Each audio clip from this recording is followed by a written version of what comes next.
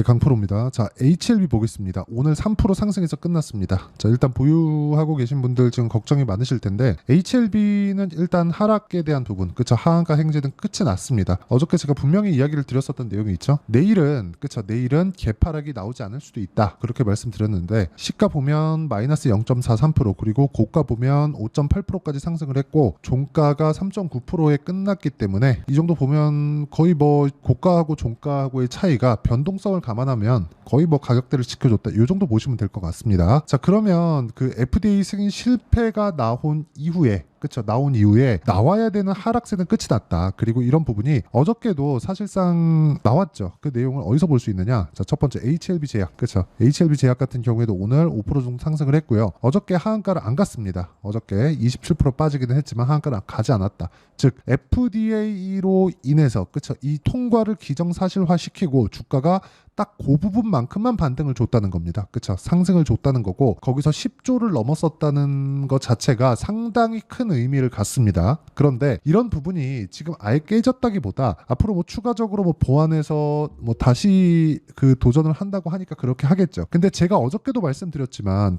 진짜 중요한 건 이 구간에서 우리가 어느 타점을 잡아야 되는지 그 내용에 대한 부분입니다. 그리고 어저께는 제가 이 매수를 했어요. 어저께는 그쵸?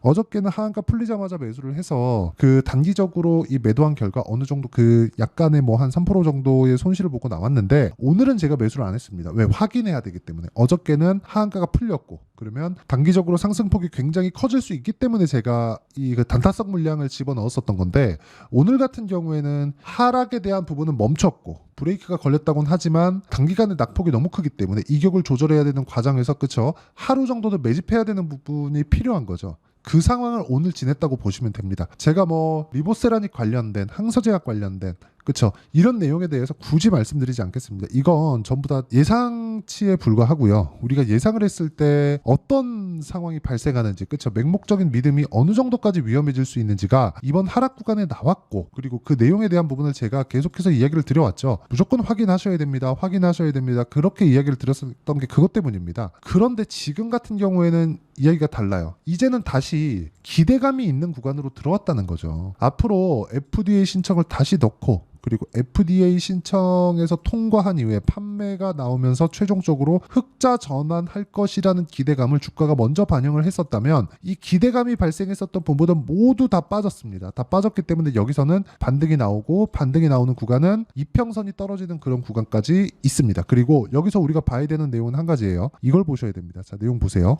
그쵸? 아직까지 정배열 구간에 있다. 하한가를 두 방이나 맞고 그쵸? 완전히 급락을 했는데도 불구하고 정배열을 유지하고 있다. 물론 역배열 구간으로 바뀔 겁니다. 이동평균선이라는 건 평균 가격이기 때문에 평균 가격이 떨어졌으면 어떻게 돼요? 내려오겠죠. 그리고 거래가 어떻게 됐어요? 1조 원이 터졌습니다. 그쵸? 이쪽에서의 그렇죠. 고가에 들어왔었던 물량에 대한 손바뀜이 일어난 거예요. 즉 반대 매매 물량을 잡아먹는 그런 구간이 오늘이었다. 내일은 상승폭을 키울 겁니다. 내일부터는 어떤 가격대에 내가 잡는지에 따라서 단기 수익부터 시작해서 내가 HLB 관련된 그 매매 전략을 다시 구축할 수 있는 그런 날이 올 겁니다. 제가 왜 이렇게 가격을 기준해서 이야기를 드리느냐? 항서제약이나 뭐 여러 가지 뭐 리보세라닙이나 캄릴리주막 예를 들어서 그런 거예요. 리보세라닙은 2세대 항암제입니다. 그리고 실제로 이건 위암 치료제로 개발이 된 거고 그때 당시 이름은 아파타닙입니다.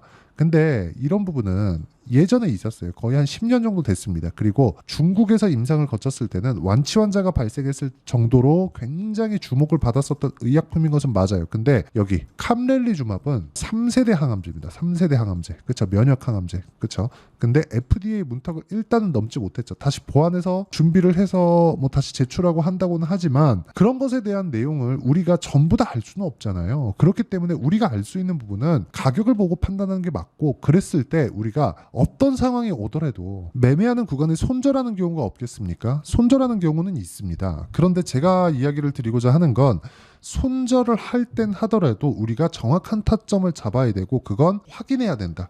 싸게 잡으려고 하다가 장기 보유가 되는 거고 내가 자꾸 저가에 잡으려고 하다 보니까 시세 구간을 놓치게 되는 겁니다.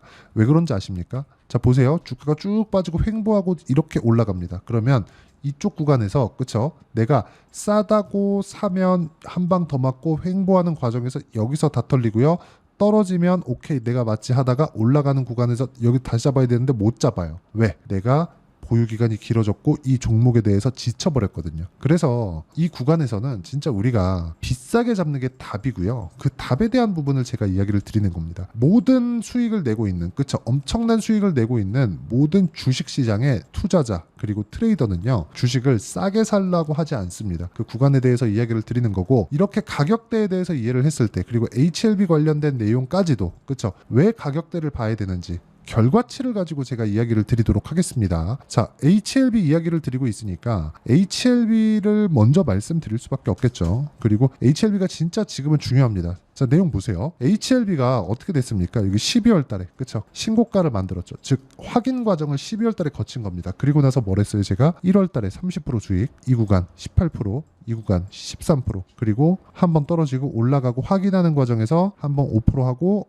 어떻게 됐습니까? 여기 5% 수익 내고 3.8% 어저께 손절을 했죠. 오늘은 매매를 안 했습니다. 왜? 오늘은 이제 매집 구간이기 때문에 그렇습니다. 그러니까 지금은 그 매집하고 있는 과정이라고 보는 거죠. 여기서 항서제약이나 그런 부분들을 자꾸 붙이잖아요. 그러면 내가 여기에 자꾸 매몰돼요. 그럼 돈을 못 법니다. 내가 생각한 대로, 내가 예상한 대로, 내가 그 계획하고 있는 모든 일이 다 된다면 그건 그냥 그대로 하면 됩니다.